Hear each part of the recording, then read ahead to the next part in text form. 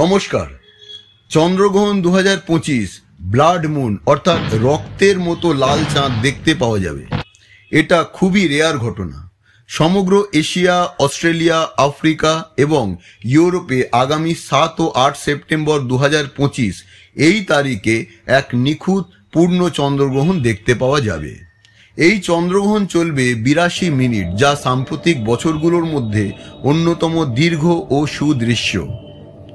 কখন এবং কোথায় দেখতে পাওয়া যাবে?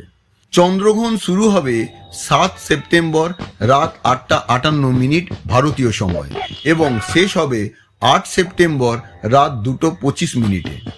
মূল ব্লাড মুন মুহূর্তটি থাকবে রাত 11টা থেকে রাত 12টা 22 পর্যন্ত। ভারতের দিল্লি, মুম্বাই, কলকাতা, পুনে, লখনৌ, হায়দ্রাবাদ ও চণ্ডীগড় সহ বড় বড় শহরগুলোতে পরিষ্কার আবহাওয়া থাকলে এই দৃশ্য দেখা যাবে। এবার একটু বলি চাঁদ কেন লাল হয়।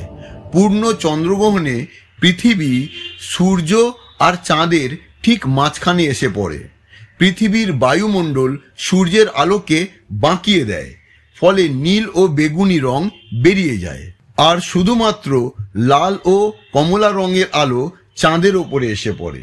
এভাবে চাঁদে রেড বা ব্লাড মুন দেখা যায়। এই ঘটনাকে বলে রেলি স্ক্যাটারিং।